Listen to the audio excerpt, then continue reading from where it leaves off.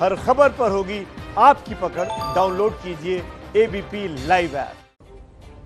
अब बिहार के सियासी माहौल में खबर के अंदर की खबर आपको हम बताते हैं। बिहार में लोक जनशक्ति पार्टी और जेडीयू में तनातनी है। जानते हैं आप, सियासी साजिश की खबरें भी आ रही हैं। कहा जा रहा है कि एलजेपी और जेडीयू के बीच जो झगड़ा है ना, कनेक्शन बीजेपी है इसका।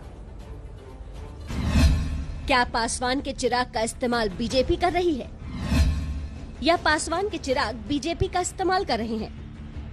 बिहार के सियासी गलियारों में ये सवाल उसी वक्त से उठ रहे हैं जब से चिराग पासवान नीतीश सरकार के खिलाफ विरोध की आवाज बुलंद कर रहे हैं। सवाल पूछने की वजह ये है कि एक तरफ चिराग जहां नीतीश सरकार की नीतियों का खुलकर विरोध कर रहे हैं, दूसरी तरफ सरकार में शामिल बीजेपी के खिलाफ कुछ नहीं बोल रहे। सवाल पूछने की एक वजह और ये है कि चिराग जहां जेडीयू के खिलाफ उम्मीदवार उतारने की बात कर रहे हैं, वहीं बीजेपी के खिलाफ उम्मीदवार नहीं उतारेंगे। सवाल इसलिए भी खड़े होते हैं क्योंकि चिराग बिहार एनडीए से अलग होना चाहते हैं, लेकिन केंद्र में एनडीए के साथ रहना चाहते हैं।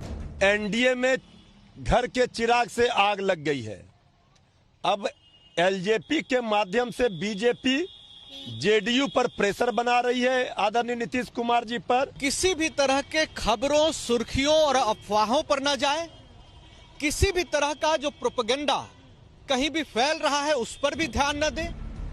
दूसरी तरफ एलजेपी और जेडीयू की लड़ाई जारी है। एलजेपी ने जेडीयू के खिलाफ उम्मीदवार उतारने की धमकी दी तो जेडीयू ने एलजेपी से किसी तरह का संबंध होने से ही इनकार कर दिया। जेडीयू के इस बयान से दूरियां और बढ़ रही हैं। वो कहते हैं कि जेडीयू और लोजपा कभी साथ नहीं रही है, तो अच्छी बात है। आदरणीय चिराग पासवान जी के दृढ़ संकल्प बिहार फर्स्ट, बिहारी फर्स्ट के साथ जो है, लोक जनशक्ति पार्टी उसके साथ है, जो नहीं है उसके साथ नहीं है। देखिए, चिराग पासवान का व्यक्तिगत बयान नहीं है, सूत्र से बयान आ रहा है, कहीं से कुछ बयान दे रहा है तो हम लोग उस पर रिएक्ट नहीं करें। जब चिराग पासवान खुद बोलेंगे तो फिर जवाब देंगे हम लोग।